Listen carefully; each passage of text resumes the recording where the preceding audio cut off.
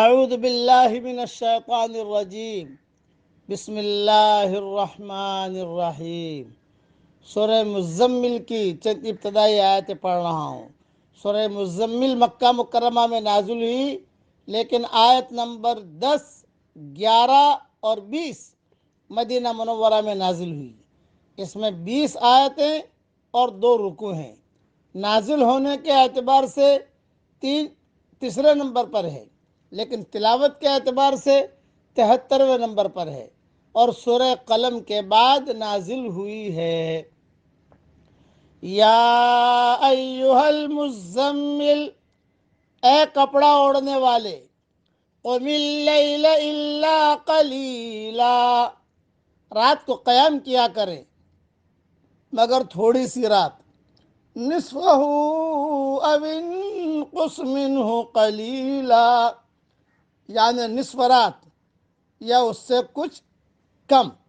او زد علیہ ورتل القرآن ترتیلا، یا اس سے کچھ زیادہ، اور قرآن کو ٹھہر ٹھہر کر پڑھا کریں۔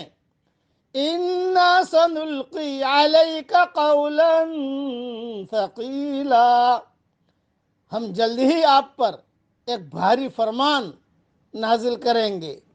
ان ناشئۃ اللیل ہی اشد وطئا واقوم قیلا، یقیناً رات کے وقت اٹھنا ہی ایسا عمل ہے جس سے نفس اچھی طرح کچلا جاتا ہے اور بات بھی بہتر طریقے پر کہی جاتی ہے۔ ان لک فی النہار سبحا طویلا، بے شک دن میں آپ کو اور بہت سے کام ہوتے ہیں۔ وَاذْكُرِ اسْمَ رَبِّكَ وَتَبَتَّلْ إِلَيْهِ تَبْتِيلًا، تو اپنے رب کے ناموں کا ذکر کیا کیجئے اور ہر طرف سے بے تعلق ہو کر اسی کی طرف متوجہ ہو جائیے۔ رب المشرق والمغرب لا الہ الا ہو، لا الہ الا ہوا فاتخذہ وکیلا، وہی مشرق اور مغرب کا مالک ہے، اس کے سوا کوئی عبادت کے لائق نہیں، تو اسی کو اپنا وکیل بنا لیجئے۔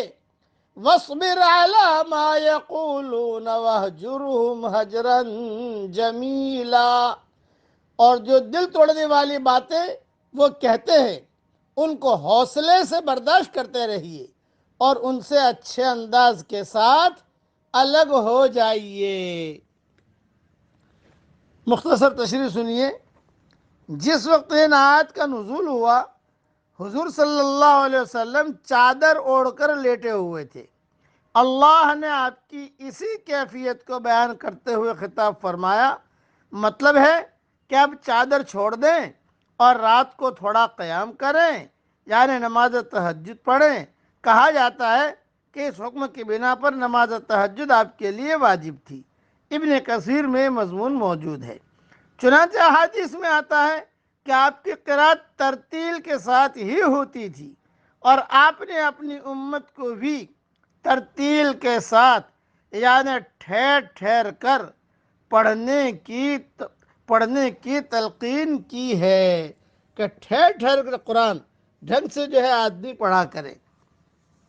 سچے داعی کا یہ طریقہ ہے کہ اس کو مدعو کی طرف سے کوئی تکلیف پہنچتی ہے تو مدعو سے نہیں الجھتا، بلکہ وہ خدا کی طرف دوڑتا ہے۔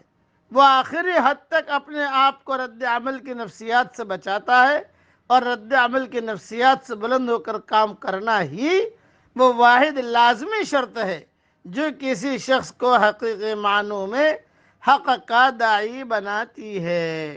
اللہ تعالی ہم سب کو حق کی دعوت دینے کی توفیق عطا فرمائے، آمین۔ وآخر دعوانا ان الحمد للہ رب العالمین۔